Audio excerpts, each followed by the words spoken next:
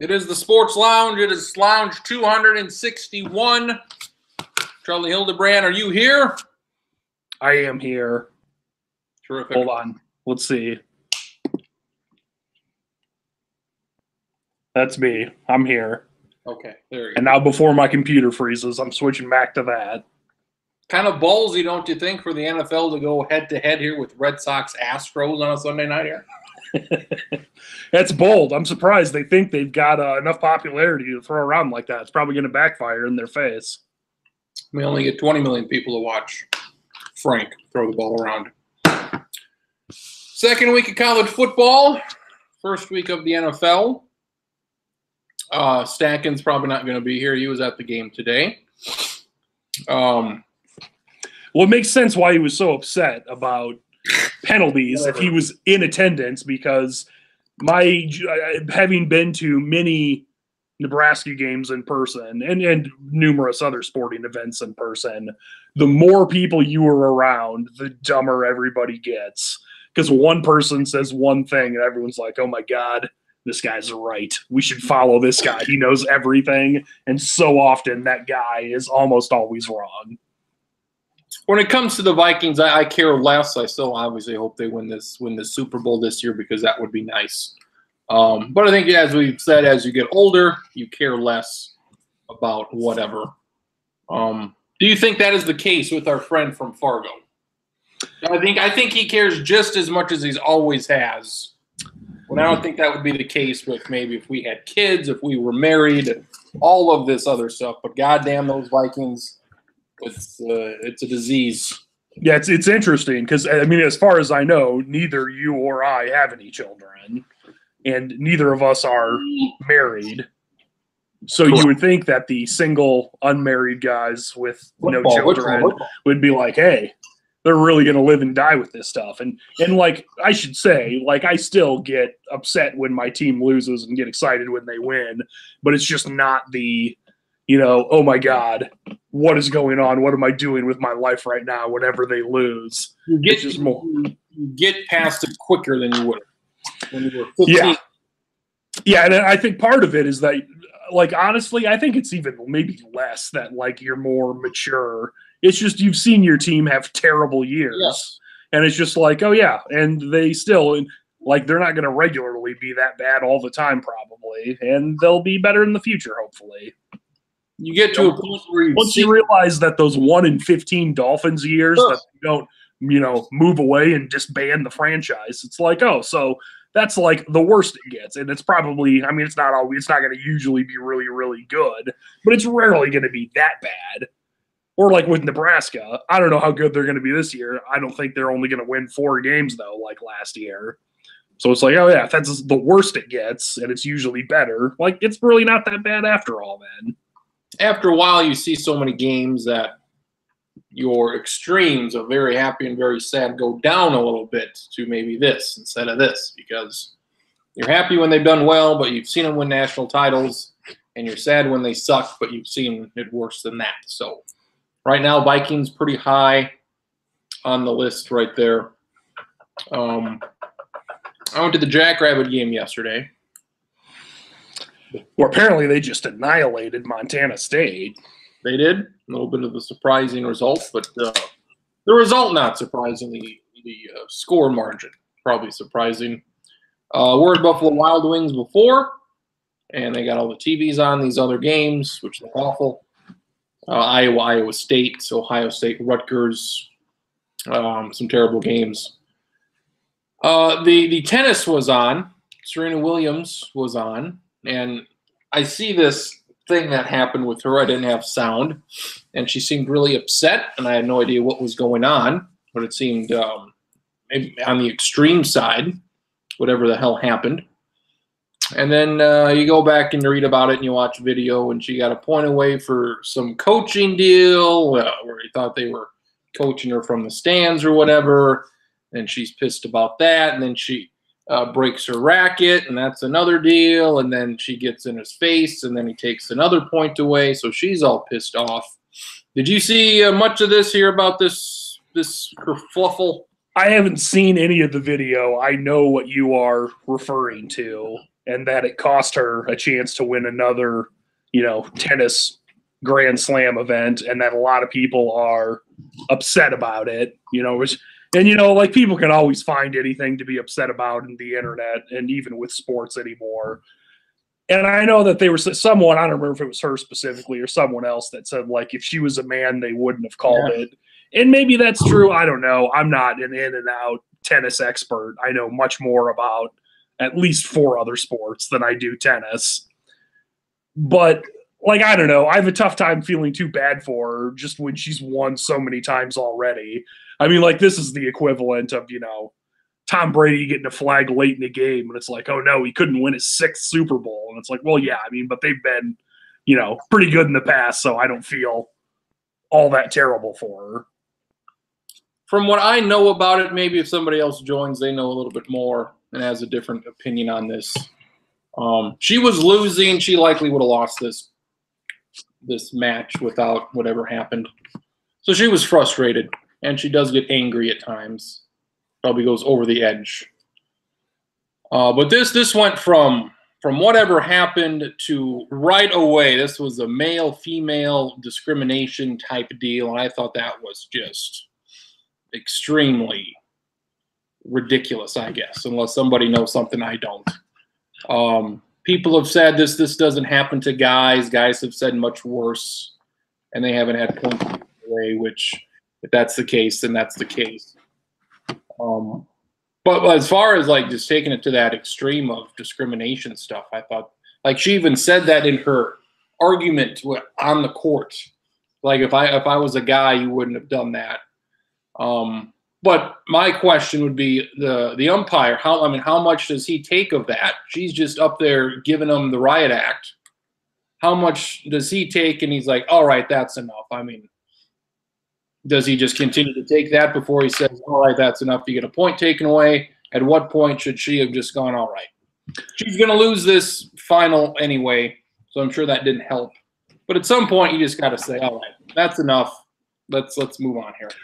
You bring up an interesting point, though, that, how much of it is okay, because the answer's completely different in every sport, which is so weird to me, that in college basketball, coaches are essentially lauded for getting technicals because it fires their team up and they're going to get more calls. If a coach ever gets one 15-yard penalty in football, people freak out and are like, oh my God, how could you do that? Baseball's gone into this weird place where, I mean, it's almost like theater now with guys getting ejected and going so far with, rants. And, there was that guy throwing like the resin bag like on the home plate like a grenade or something. Yeah. And like in golf, people freak out when, someone isn't super gentlemanly all the time. And I don't know, it's weird that it's so different in all these sports. And I'll see if anybody else has an opinion, but I was surprised at how overwhelmingly it was that Serena Williams, she's in the right here, that she got wronged, and how everybody's jumping on the female empowerment movement. I'm like, this is a fucking tennis tournament. I mean, Jesus Christ, what do we do? We're not changing the goddamn world here, for Christ's sake. So I thought that was a bit much. It seemed, I don't know, the thing with I don't want to turn this into a whole thing on society, but it's so weird now how the overreaction, and some people, maybe overreaction is not the right word, I don't know, but just I would say the way I probably would too, but just, not everybody would, but the way the reaction to so many things like this is so strong, so quickly. Like, I can't speak for everybody else, but like for me, it just makes me tune things out. I'm just like, I don't care. I don't want to deal with this. I'm not going to read about it in the first place because this doesn't affect or bother me at all. And the problem is that there's some things that like actually are issues and problems that I'm just more likely to not care, because it's just like I've only got so many times I can care about the internet being outraged, and when it happens seemingly, I don't know, 10 times a week, it's just like, I don't know. It feels like we should pick and choose more often which hills are hills worth dying on.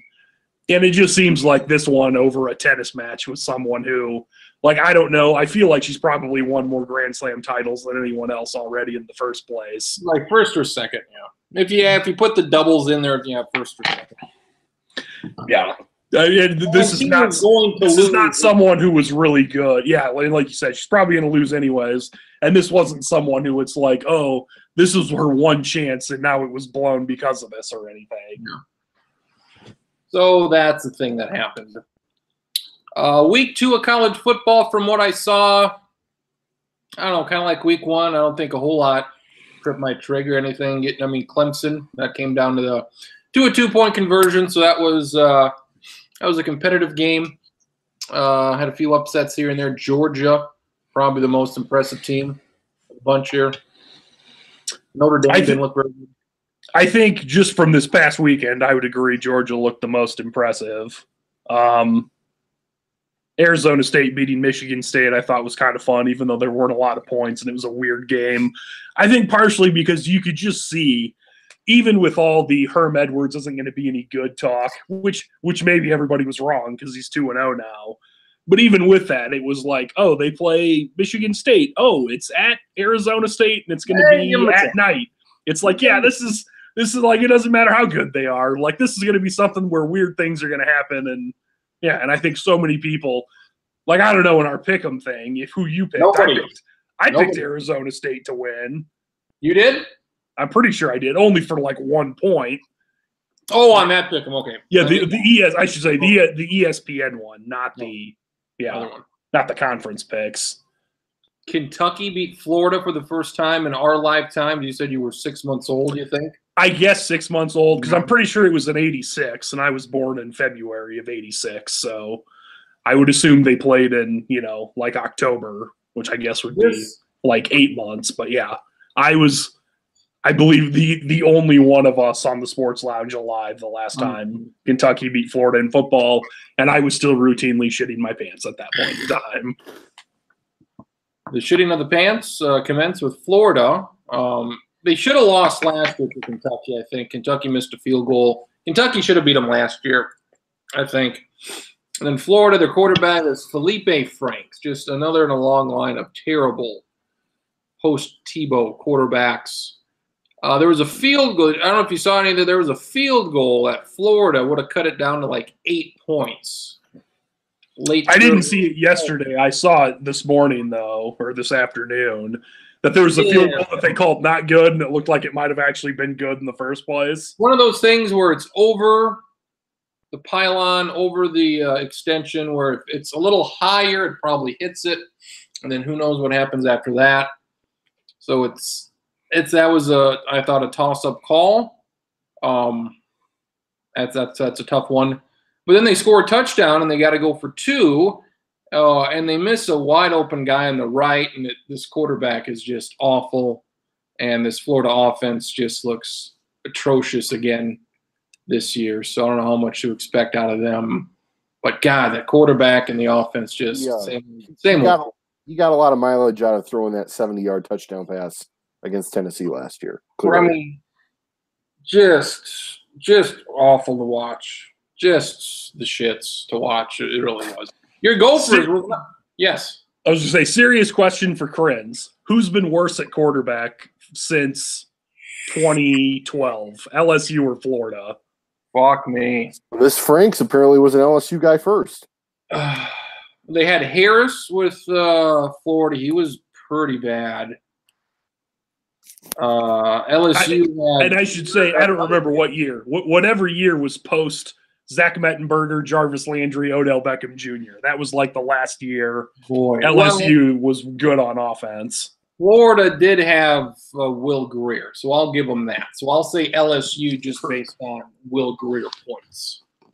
For those 6 games he played before he got popped for steroids and transferred. LSU had Brandon Harris. He was a truly awful quarterback. And whatever other white guy they put in there after that, all these LSU white guys are the same.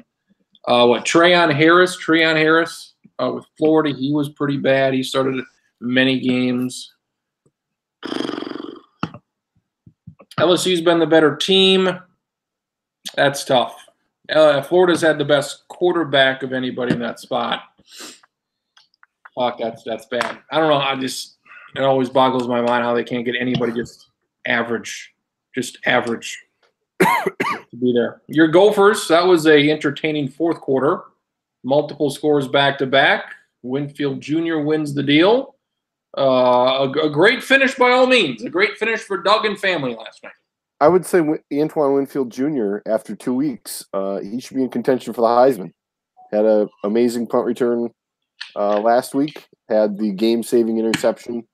A terrific play, probably the best play they'll have all year. Last night against Fresno State. I was impressed. I rewatched the game this morning. I didn't watch it live because I, like you, the all-22 angle. Yes, we're at the Jacks game, and I mean they ran the ball a lot better than I expected, given that Rodney Smith appears to have hurt his knee pretty bad. Annexstad played pretty decent. They figured out something with the Wildcat with Seth Green. So yeah, it's big bitch. Yeah, he's 6'5" and was bulked up to like 230 or 240 to play tight end. But he's always been a quarterback. Was an Oregon commit at one point, then he decommitted and came to the Gophers. And I don't know why he was never. I mean, I think his quarterback skills were probably a little too raw. That's why they didn't make use of him. But yeah, so I have still yet to receive a response from Fargo's finest. And did we talk about this Aaron Rodgers situation here? This is bad. Is he getting hurt or is it just bad? I don't know how bad it is, but he's hurt right now. So what did he hurt? Did he hurt his collarbone again? No, he had somebody land on his left knee, left leg. And oh boy! They're taking him to the locker room right now in the cart. So right now it's very similar to. It's a good thing nobody picked the Packers for the Eliminator Challenge or anything. Right. So who's their backup? They had Kaiser, and they traded him to Seattle. I think they still have Kaiser. They traded Hunley too. I mixed it. Hunley. Yep. Our blacks are mixed up there. As I said to Charlie, is this a bit of a risk? I mean, they're going head to head with Red Sox Astros here. This is tough. Tough. Showing your support for Kaepernick, obviously. I'm taking a knee watching this game right now. Good. It's a sit-in. This is a Sports Lounge sit-in here today. So Rodgers dead. So great.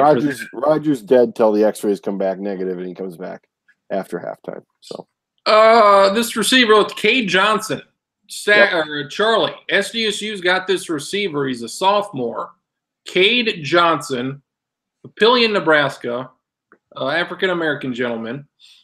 He appears to only wear one thing under his eye, so I don't know if that's a thing or not. He had like 4 touchdowns, 150 yards, 8 catches, something ridiculous. And he's like a 5'10", 180, fast, shifty guy, so that's exciting. I believe he's the son of a former Nebraska receiver, too. Who is this? I believe he's the son of Clester Johnson, who won a pair of national titles with Nebraska in 94 and 95. Clester Johnson? Who he had not Clester Johnson, if this is the same one, because I remember he had a kid that was looking at South Dakota State recently. And I believe this kid's older brother was at Wyoming. And if you remember last year when Josh Allen wasn't any good and said he didn't have any weapons, it was because this gentleman had expired his eligibility and was gone. It was his best receiver the year before. Wow.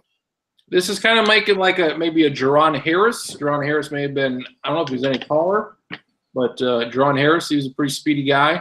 Yep. Charlie remembers him. I do. This is, Winicky and Goddard were big targets. Dale Moss was a big target. This Johnson, Marcus seems to be a different type of receiver, but equally as great. All the receivers right now are like this, I think. Anderson got Adam Anderson. He's not very tall. And then the third guy, Marquise Lewis, also from the Omaha area, also not very tall. So they've got 3 guys that I would say Johnson is clearly the best of the 3. But exciting that they've got some guys who they just probably can get it to him in space and let him go. That's what they did with Johnson against Montana State. Just a little shovel pass, and he took it 25 yards for a touchdown. I think part of that is Montana State was not good. They were terrible. So, which was I expected it to be a lot closer game, but SDSU just dusted them. And Taron Christians played great. Had some terrific throws. And if he's like that all year, it may not matter who the receivers are because he's putting them on the money. Charlie, how long before Stacken knows who this guy is? If we don't tell him, let's make a deal. We're not telling him about this guy. I was going to tell him, Nope. Let's not tell him. How long? Will it be next week? It'll be the second week of October of next season, not even this season. You don't even have a clue until next year. Have you heard about this Cade? I like this Cade Johnson guy. Everybody's a Cade Johnson guy. So there you go. Stats department here is currently checking in if he is the son of Clester Johnson or not. Something that would not have been I should possible. say, like, Clester Johnson started at Nebraska. The reason I know more, I mean, I've never met him before, but he used to be a drug rep and talked to my dad when my dad was still seeing patients. So, like, they were not best friends or anything, but had talked on occasion. So there was at least some level of talking about Nebraska football between those two. And that's how I know a super little tiny bit about them. Let's have a Sunday Night Football check-in quick. Khalil Mack just stole the ball from Deshaun Kaiser like he was playing. I mean, if he's the quarterback, this is a disaster. Yeah.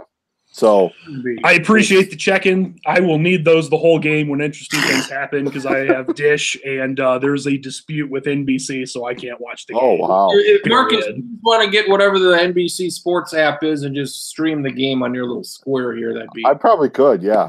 Be fine for Charlie there. So that looks fantastic. Deshaun Kaiser. Wow. How'd your fantasy team? How many leagues are you in? Who? You. Just one. And the only one? Yeah, and my team was terrible today. I needed the Chiefs. I had the only two Chiefs who didn't do anything, Kareem Hunt and Travis Kelce. Like they scored 38 points or 40 points or whatever. And did something out of that. Kelce had one catch and Kareem Hunt had like 40 yards rushing. So that wasn't cool. But so I'm going to lose this week. But you know what they say? Don't overreact to week one. It's a 13-week regular season. I'll be all right. Let's say Rodgers. So what was this? This was a knee? Yeah. So basically, he dropped back, and it was like two guys meeting at him, and he kind of dropped down before he got hit to kind of like non-contact. It was non-contact to protect himself a little bit. Khalil Mack was one of the guys closing in. It was the other guy who kind of landed on his leg. So get your Viking, whatever the line is for next week. Get those bets in post haste. Well, the line was. I think it was 17.5. I think it was Packers 2 or Packers 3. It was before the game started tonight. So, quick stats department update. Everything I said was correct except one thing.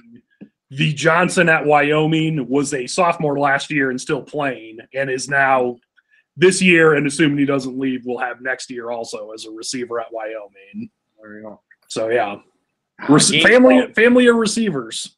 It's a good get for them. I cannot bet on this game. Game is off the board, so that is the shits. The shits. They know. It's hard to get one past them. They fucking know. Charlie, top 3 teams in the country seem to be the top 3 teams in the country. Alabama, Clemson, Georgia. That is kind of preseason. A lot of people like those teams. That 4th spot's open. If you want to say Oklahoma's number 4, that's by all rights fine with me. But I think probably, even though it pains me to say this, I would toss Ohio State in there too, and would say those 5 teams appear to be the best teams through a little bit of information through 2 weeks. They look to be better than everyone else as of now. Georgia, I mean, they should not have a competitive game for the next month. I mean, Georgia, Clemson.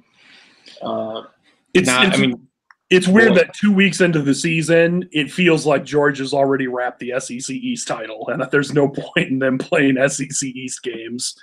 Like it seems like Georgia's only got 2 games that matter at LSU and I think home against Auburn, and the rest are just like, yeah, I don't really care. Jesus Christ, I don't remember. Like Clemson's schedule, the rest of the way is not good. I mean, it's just an easy city here. Especially with Florida State looking like trash, almost losing to an FCS team yesterday. So, I mean, not Stanford, but Samford. Speaking of Stanford, their defense played well. It appears they're at Oregon in a couple weeks. They're at Notre Dame. Notre Dame did not. I mean, Notre Dame hasn't played well really for 6 of the 8 quarters that they've played this year. So, is there a dark horse team? 2 weeks in here, Stanford's at 9. Any team that you like to sneak around here? Any team that we can play back and say, "Ooh, look at that team"? That's a good question. I'm running teams through my head because I'm clearly not going to say Arizona State, even though they're 2-0 right now. They are the national champions as of right now. I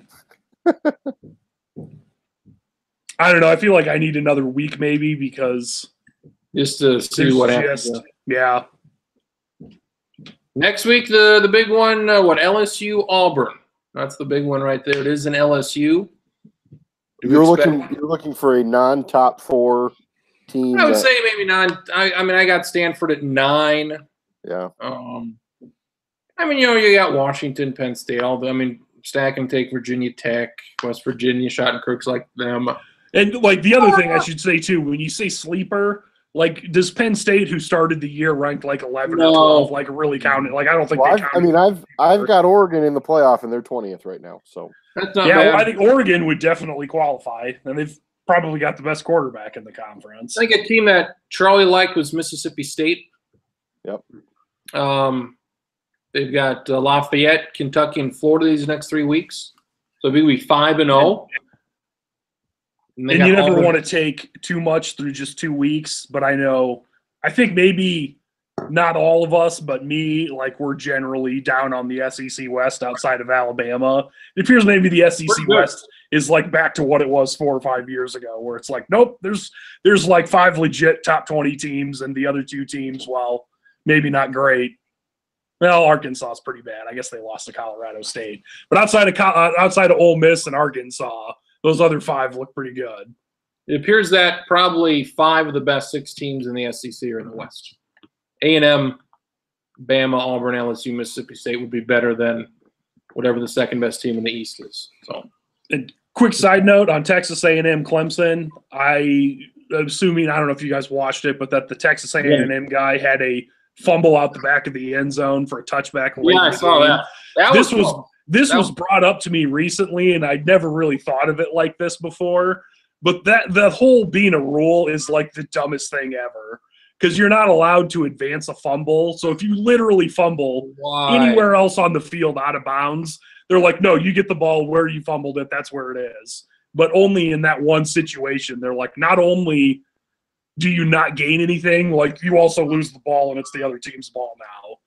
And whenever I see that in a big game, it just seems that's kind of a dumb rule that maybe they should change. Even if you're just well, we're going to move you back to the 10 or something. Marcus, do you remember where that happened in a Viking game a few years ago? What happened? That through this player extended at the goal line, and he fumbled it, and they called it basically a turnover, and the other team got it.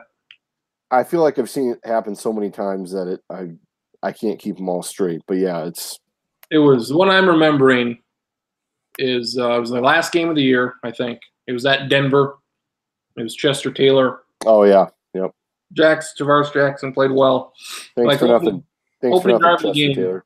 Chuck Taylor goes, and it was a bullshit call. So I mentioned on last week's show that I watched a lot of those Vikings highlights. Yeah, they send that. I'll have to send that to you. And I had forgotten how big of a threat Chester Taylor was for a bunch of years for the Vikings. He was great a year before Peterson. He was very good. Used him a lot. And then wasn't it even for 2 or 3 years with Peterson that he was just their third down back who was the explosive guy when Peterson needed to take a breather? Yeah, he was a good player. And some of those and some of it was okay, they're gonna it's third down. He's coming in the game. He's passing it, and he's been there to catch the ball, and it seemed to work. I'll probably watch more football next week than I have the first 2 weeks combined, and I'm intrigued by a couple of these games: Oklahoma and Iowa State. Yeah, 11 a.m. Although Iowa State's quarterback got hurt against Iowa, I don't know how bad it is or if he'll play, but Jeepers Cyclones. What a terrible game that was from what I saw and what I followed on Twitter. My goodness. A couple of dandies at 2:30. LSU at Auburn. First big SEC sales last Georgia USC was something, but LSU Auburn. Then at Boise State at Oklahoma State, same time. So those should be two good ones. Bama is at Ole Miss. Boise State, who rolled up 800 yards against UConn, which I saw someone, I think it was the Everyday Should Be Saturday guy, essentially is the equivalent almost of 2 Empire State Buildings of offense. Just how much they had against UConn. I think Boise State wins. Charlie, what do you say? I feel this feels like Boise State circa this is their 2010-11 again. This is their season. Like, unless they're playing, I don't think they beat Alabama or Georgia or Ohio State or Clemson. Maybe not Oklahoma. Anybody else, I'd probably pick Boise State against right now because this looks like one of those years where they're just not going to take any prisoners and, complain at the end of the year that they're not in the playoff when maybe they should be. Sunday Night Football update: the Packers absolutely cannot block any of the Bears guys, so it's a bloodbath out there. Sets up well for next week. Yes. Ohio State TCU, is this the game of the week? Do you prefer this or Auburn LSU, which should be by all means 13-7? Well, this Ohio State TCU game by all means might be 45-41. I like Ohio State TCU because Urban Meyer won't be there, and I want Ohio State to lose, so get it going, TCU. On the road, Dwayne Haskins is their quarterback. Neutral site, I do believe. I think they're playing at Aren't they playing at Jerry World or something? Yep. To use NFL scouting terms, I think the ceiling for Ohio State TCU is far better. But I think the floor for LSU and Auburn is better because I don't think either of those two are probably – I don't think Georgia's going to, run LSU off the field. I guess they could maybe win, 27-10. But you think Ohio State could potentially – do something. Yeah, and I'm not saying it will happen. I think that'll probably be a good game, but I don't think any of us would be stunned, especially since it's not it's in Dallas, I think, but it's at the whatever stadium neutral site game. I wouldn't be stunned if it was Ohio State won 48-20, and it wasn't as close as the score looked. Sunday Night Football update: Khalil Mack just recovered a fumble, ran it back 30 yards. For a touchdown. So, yeah, this is stupid. And the Raiders also gave up a second-round draft pick in getting rid of Khalil Mack. 2 firsts and a second. I guess it was a pick. He threw it right to him. He literally threw it right to Khalil Mack under pressure, and yeah. Why did they get rid of Brett Hundley, who was not good, but appears to be quite a bit better than this fucking guy? DeShone Kizer, what the fuck? Okay, let's say Rodgers is dead. What they got to do something here. They get Bridgewater. What do they do here? Trade for Josh Allen. I don't know what you do. You got to trade for somebody, right? This is week 1. Sam Bradford, are you available? Sam Bradford, anybody? Yeah. Their problem is that McCarthy last year was so beholden to Hundley. I don't know how beholden he'll be to Kizer. He just traded away Hundley.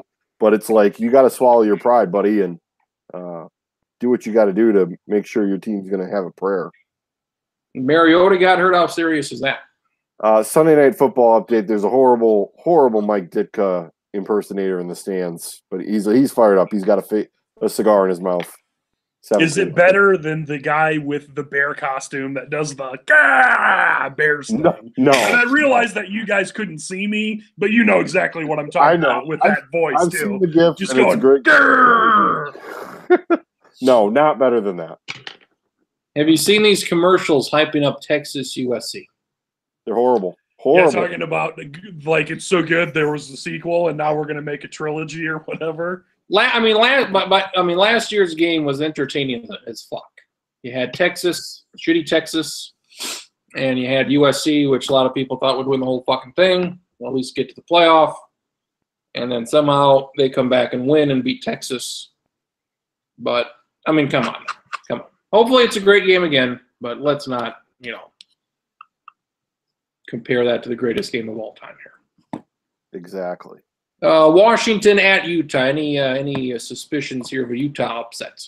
Utah scored multiple points against whatever dog shit team they played yesterday. I think Utah will be able to beat some teams in the Pac-12. I don't think they match up that well with Washington or Stanford.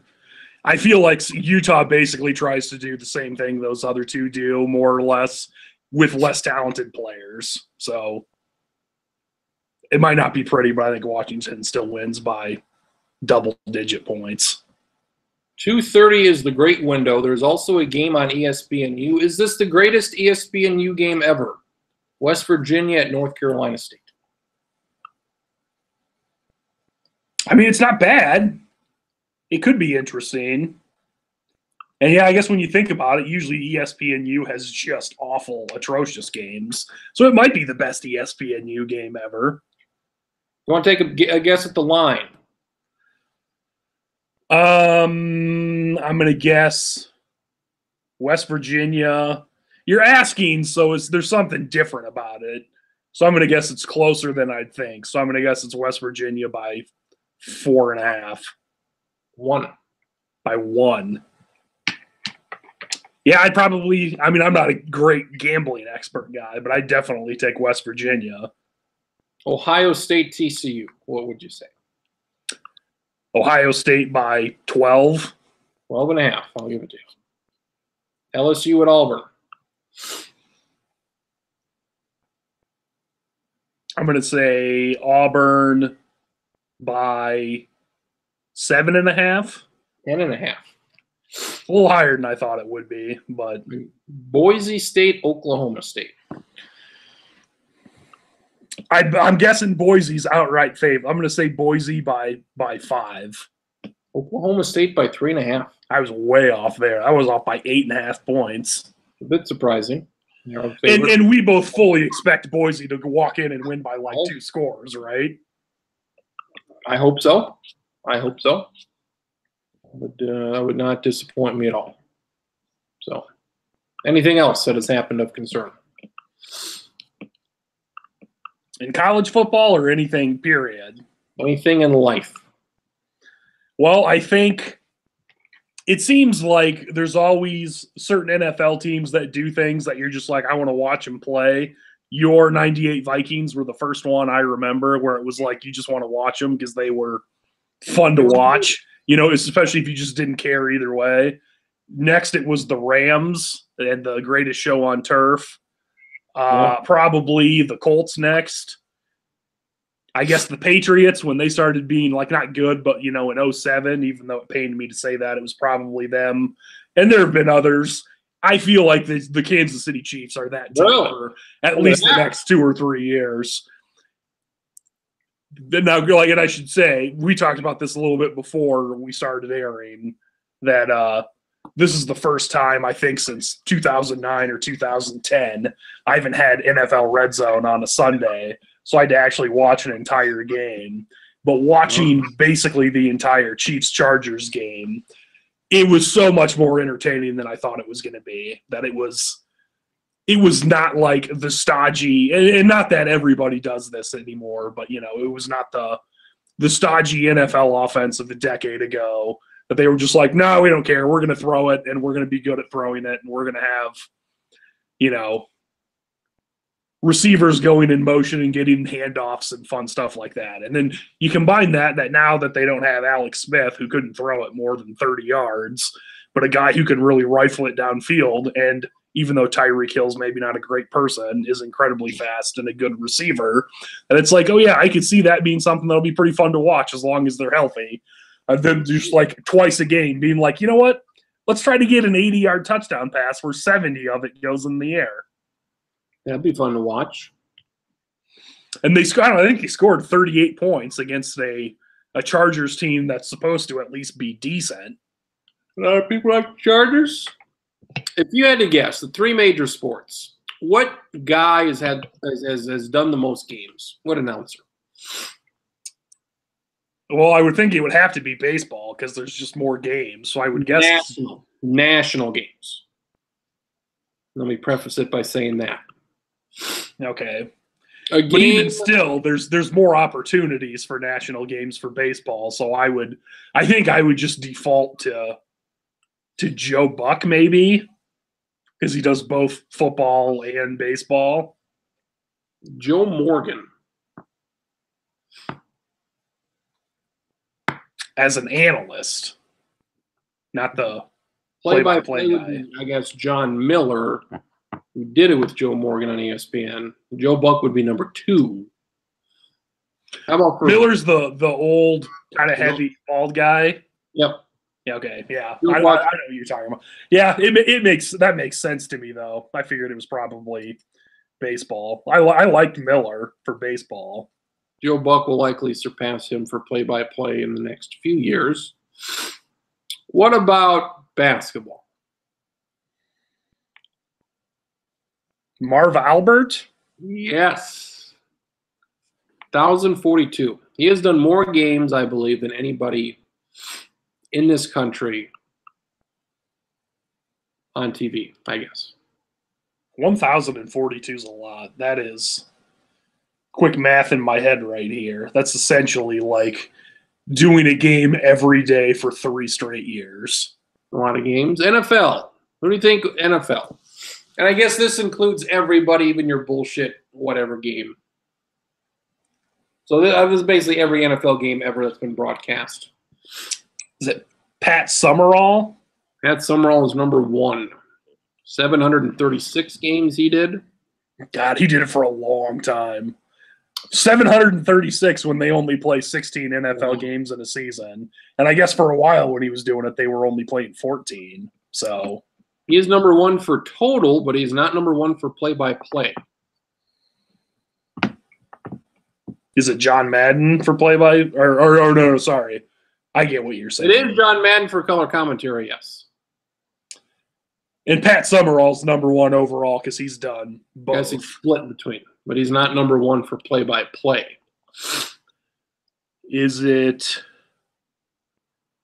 I don't know. I'm trying to think of guys that it could be. I wouldn't think it's Howard Cosell. I would think, I don't know. I'm trying to think of guys who have either recently retired or were really old when I was a little kid. If you want to say he's the best of all time, that would be fine with me. I wouldn't argue with you. I'm not saying this because you said that, but is it Jim Nantz? Nope.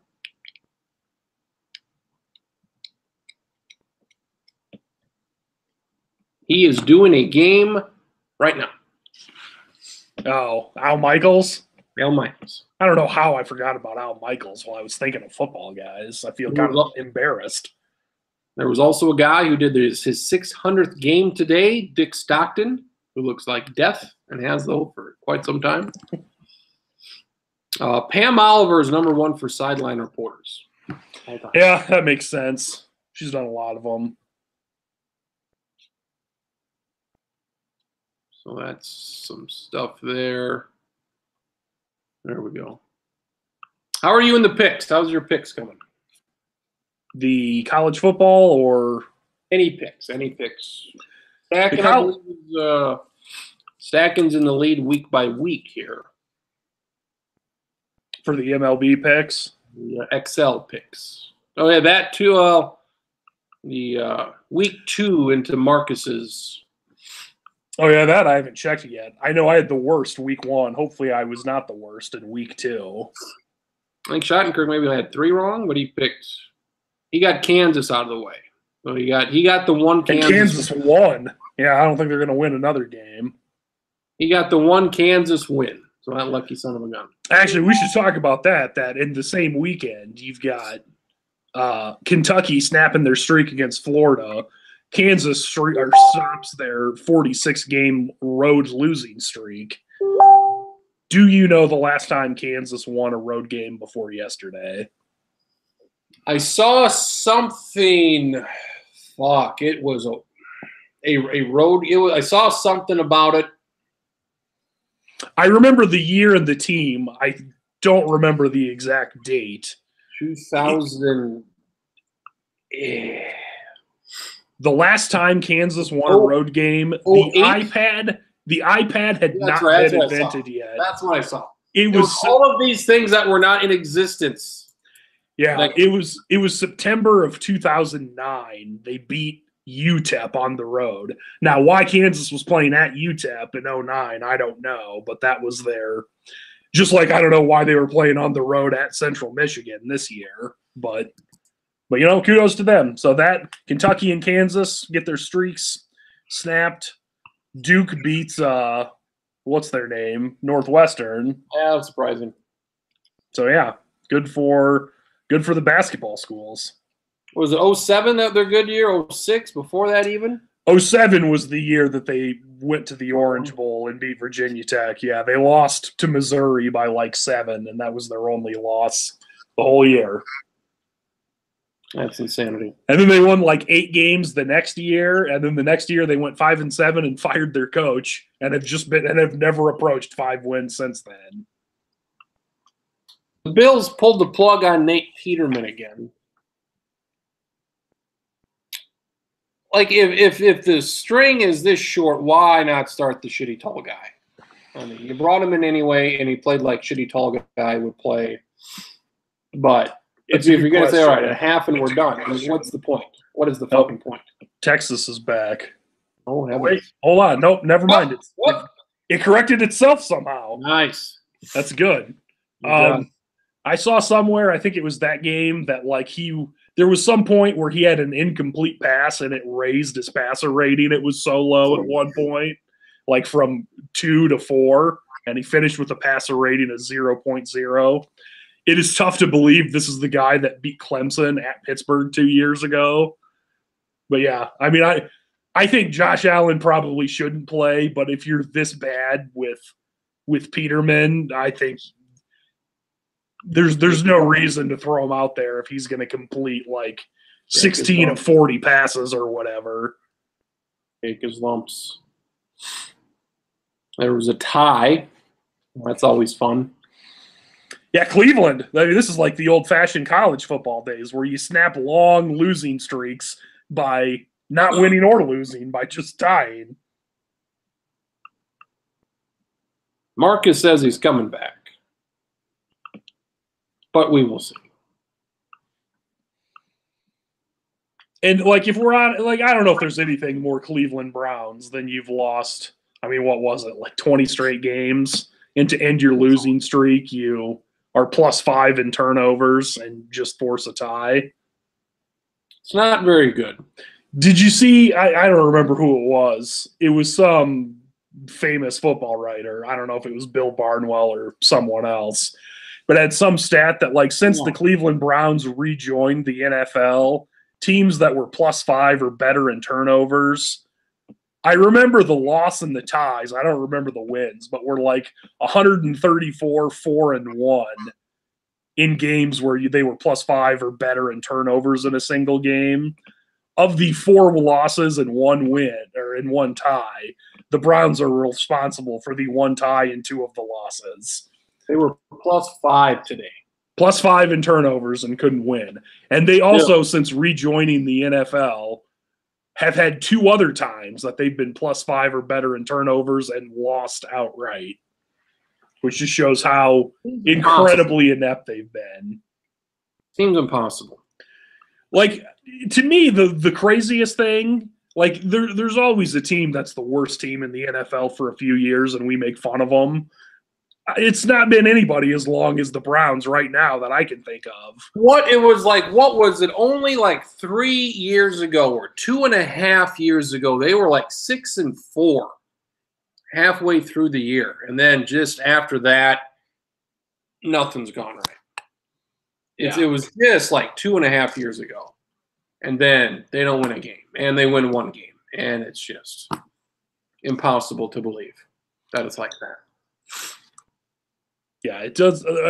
In leagues like the NFL, where it's set up for parity and all those things, the NBA, since there's only like 20 players that truly matter, you can develop long-lasting things. And you kind of can in baseball too, but like the NFL's set up to not do that.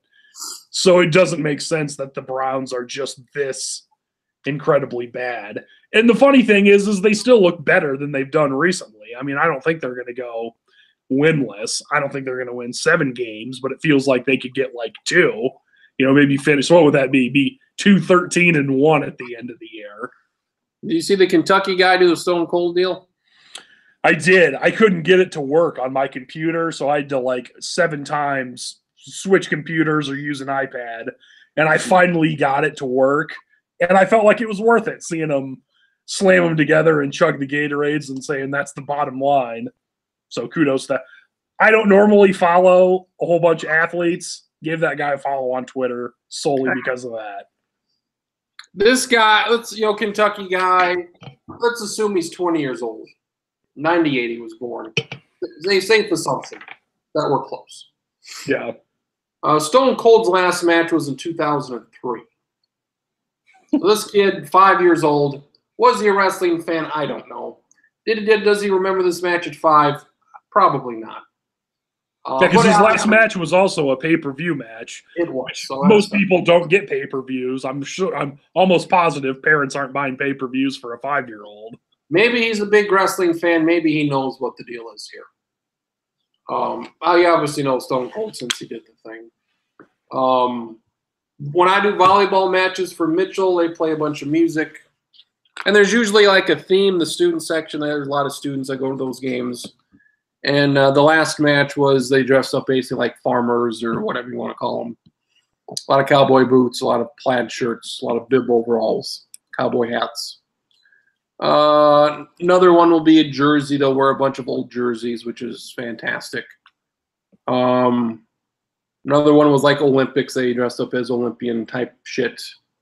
And they play a bunch of songs. And one of the, they play like a Backstreet Boys song or NSYNC or whoever the hell it was. And they'll start singing along. And obviously these kids are 16, 17, 18 years old. And by the time, say they were born in 2000, Backstreet Boys NSYNC was probably pretty popular then. But by the time these people, mid-2000s, all of those bands were gone. And now we're old enough to where, like, people can do the Stone Cold shit, or they can sing these songs from the 90s, which we're familiar with. But do you find it interesting like I do? They're singing along with these songs, and they weren't even born when these songs were out. So are these... It's interesting, like, what lasts in like, the cultural zeitgeist. Like songs that we heard as kids that were maybe back in the 70s that we knew that were popular songs that were still played back then that are still played today. So these are the songs that are going to make it through the 90s that'll be played. Just for fun, do you remember like the first new song, like not for, children's movies or, Winnie the Pooh sing-along stuff when you're 2, but like the first song that was like, this is a song that people like? I have one. I did not care about music then, and I probably didn't really care about music till I was like 12 or 13 or 14. But I've got one from when I was like 5 that it was a big enough deal. I remember when Achy Breaky Heart came out, and it was just... And I didn't like, my father was not a country music guy. My mom kind of was, but wasn't listening to new country music. And somehow I still figured out about this song. And like most kids in my age group, would start singing Don't Tell My Fart instead of Don't Tell My Fart, and thought that was the funniest thing ever. And I don't remember any like new songs then after that until like the Macarena, because I didn't care about songs. But I don't think Don't Tell My Heart's like an all-time thing. But at the time, it was a big enough deal that, 4, 5, 6-year-old Charlie, when they still lived in Sioux City, Iowa, as opposed to North Sioux City, South Dakota. The right side of the city. Yeah, was like, man, I know what this new song is. Yeah, that's interesting. Like mid-90s, late 90s, 4th grade, 5th grade. But sort of like to your point, when I was like in high school, especially like for, lifting for football practice or before a football game to get like super jacked up and excited, would listen to all sorts of loud 80s music. Much of it, I was not born when it came out, or if I was, I was 6 months old or 1 or 2 years old and would not have cared about it then. But, was loudly listening to AC/DC driving to the high school football field on Friday to get like prepped up to play in the first place. So it's exciting. Some good stuff. So do you, maybe you don't know, but do you know like the first song that was a big enough deal? Like Spice Girls, Macarena, that's right. I forgot about the Spice Girls. Yeah, they were a big deal. Hanson was a big deal. MMMBop and the Tell You What I Want, What I Really, Really Want were both before I still cared about music yet, but knew what those songs were because they were big enough deals at the time. There was one song, what was it, Alanis Morissette? She said bitch in the song, and people liked that because she said bitch in the song. Oh, yeah, I know what song you're talking about. I think so. I'm a bitch. I'm a mother. I'm a child. I'm a lover. Something like that. Somebody called Meredith Brooks. So she did not. I have no idea who Meredith Brooks. So it's funny that you said Alanis Morissette though. Well, no. Correction. I think it was her. I think yes. So correction. Yeah, I think it was. I believe Alanis Morissette. Yeah.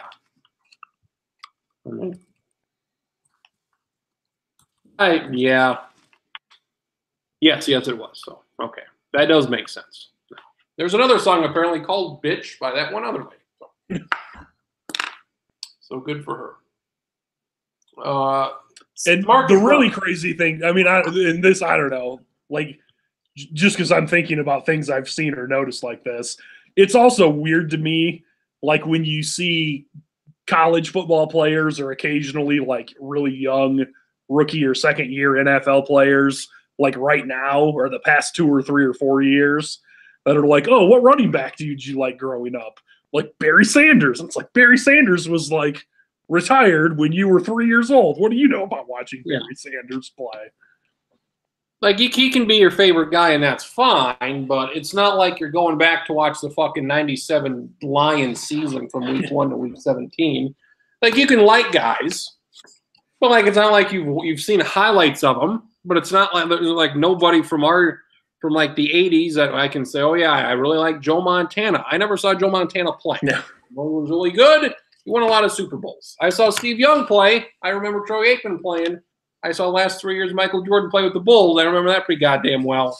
But I do not remember, I saw 1 year of Magic Johnson post-AIDS, so I don't think that counts for prime 1988 Magic Johnson. Never saw Larry Bird, never saw any of these guys. You can be fans of them, but it's like you've only seen highlights, and you can't really appreciate a guy until you can actually see him, play week in and week out. There's a bit of a difference. Like Brett Favre, I hated Brett Favre more than any person that's ever lived. And then he was with the Vikings, and that may have been his best year. And he was fantastic. We need to watch that old piece of shit play 20 games. It was and I know the feeling because that's how I generally felt about Tom Brady for a long time too. But it's unfortunate you didn't like him because if you just didn't care either way, Brett Favre was fun to watch. And certainly I understand like Vikings fans hating him and hating John Madden, like fawning all over him. Like I completely get that. But, I didn't care either way about the Vikings or the Packers or the Lions or the Bears. And it was just fun watching Brett Favre play, just like it's fun watching Aaron Rodgers play now. Just like it was fun watching the 98 Vikings, throw 70-yard bombs to Randy Moss, and then, whenever they were in the red zone, would just throw it to an open Chris Carter. What was it? I always thought Favre was a little overrated. There was just so much, attention on him. And he, got to 2 Super Bowls, and he didn't really do a whole lot after that. Once he got to that second Super Bowl, He didn't. I mean, they had some rough years. He had a lot of big playoff games where he cost them with interceptions or turnovers of some kind. Yeah, so that's unfortunate, but he was very good. So. There is a trip that is tentative to be planned. If you want to take part, by all means, you can. We went to Minneapolis last year. Schottenkirk, the dentist, and myself went there for a triple header of Gopher, Illinois football. What a classic that was. I'm assuming Minnesota won because I don't know if Illinois won any conference games. Yes. Vikings, Ravens. Vikings won that one. Then that night it was a WWE pay-per-view. So that's what we did there. Oh, that's right. Which pay-per-view was it? What was it? Was it TLC? No. Yeah. I'm assuming that's the first pay-per-view you've ever been to in person. Yes, it is. Yes, yeah. I kind of remember this now, and I'm sure I asked you about this at the time. I don't remember, though.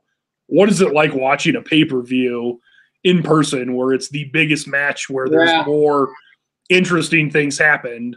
Yeah. I mean, it's sort of like the house shows where there are nothing, or like an NFL preseason game. Monday Night Raw is like an NFL regular season game, while the pay-per-views are like playoffs. Yeah. With WrestleMania, I guess, being the Super Bowl then. We're driving there, and as we're driving there on Friday, Schottenkirk sends me a text and says, there's been changes made. Kurt Angle's going to wrestle, there was no build up to Kurt Angle wrestling at this thing. But there was an injury or something happened, and he had to fill in, so they decided he was the guy to fill in, so that was cool to see him.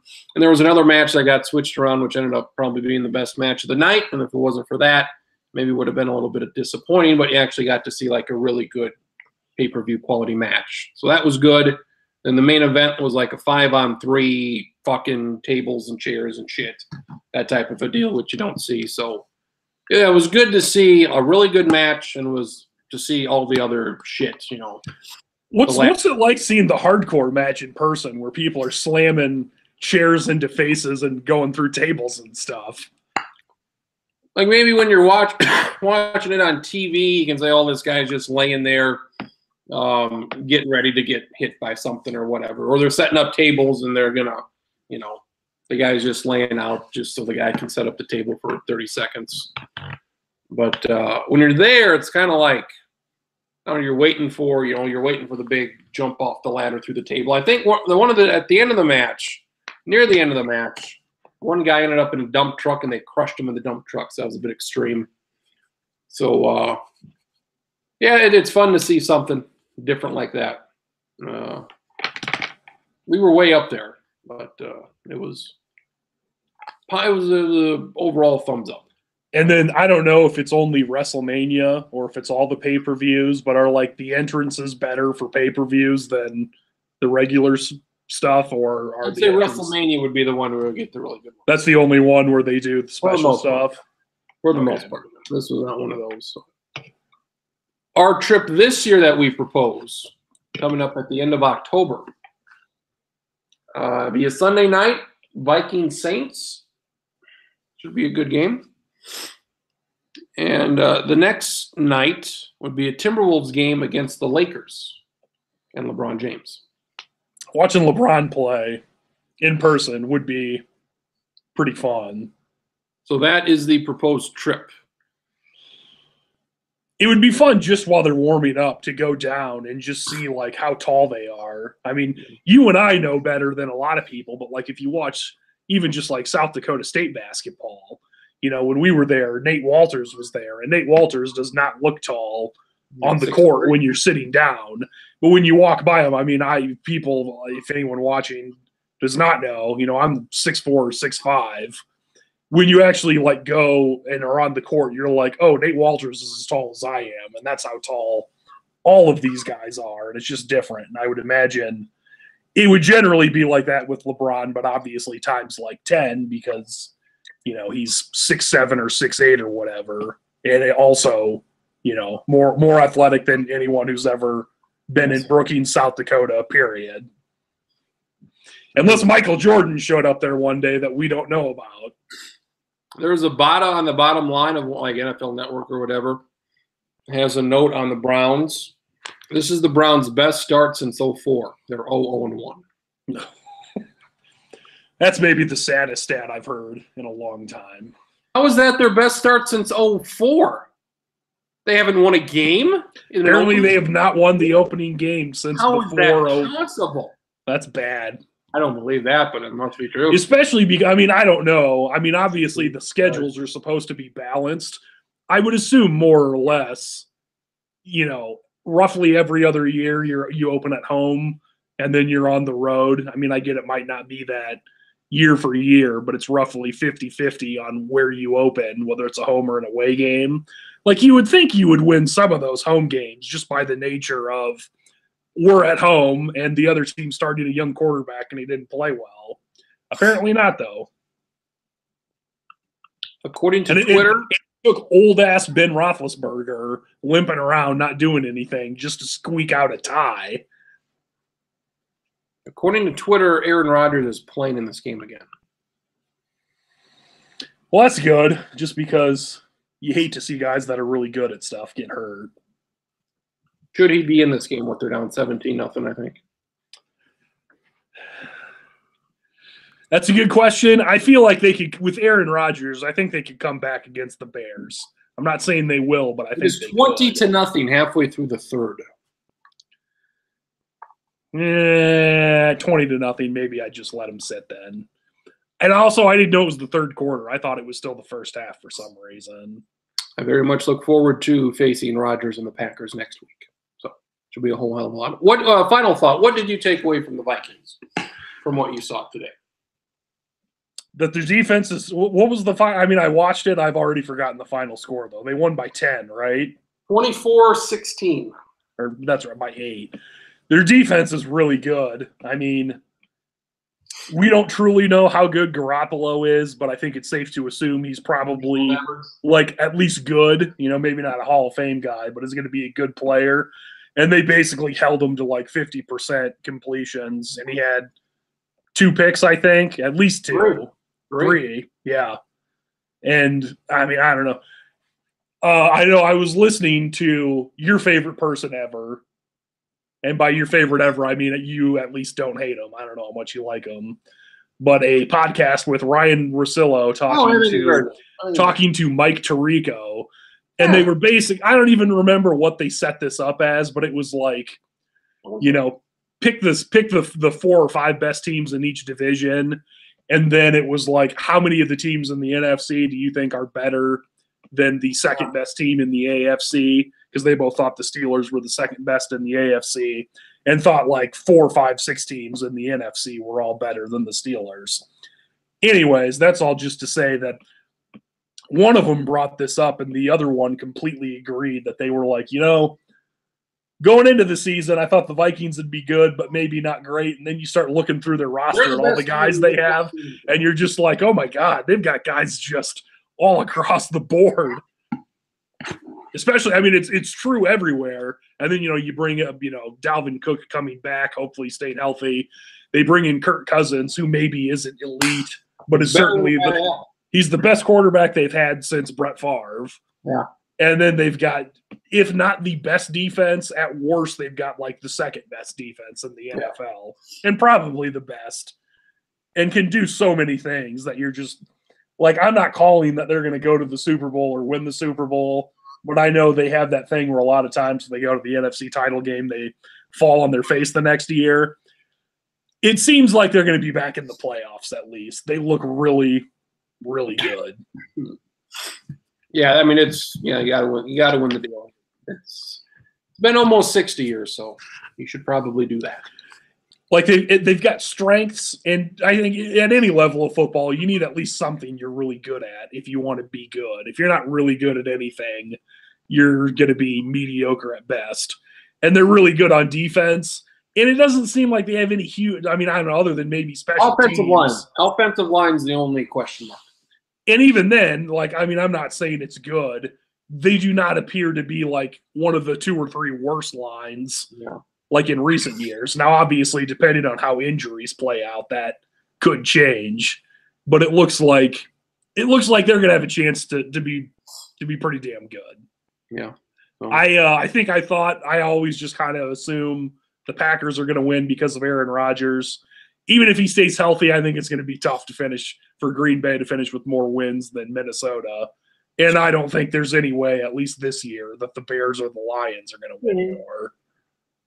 It's 20-3 with 3 minutes to go in the third. So there you go. Lounge 261 for Nathan Stacken's heart condition. For Marcus Straxler and Charlie Hildebrand.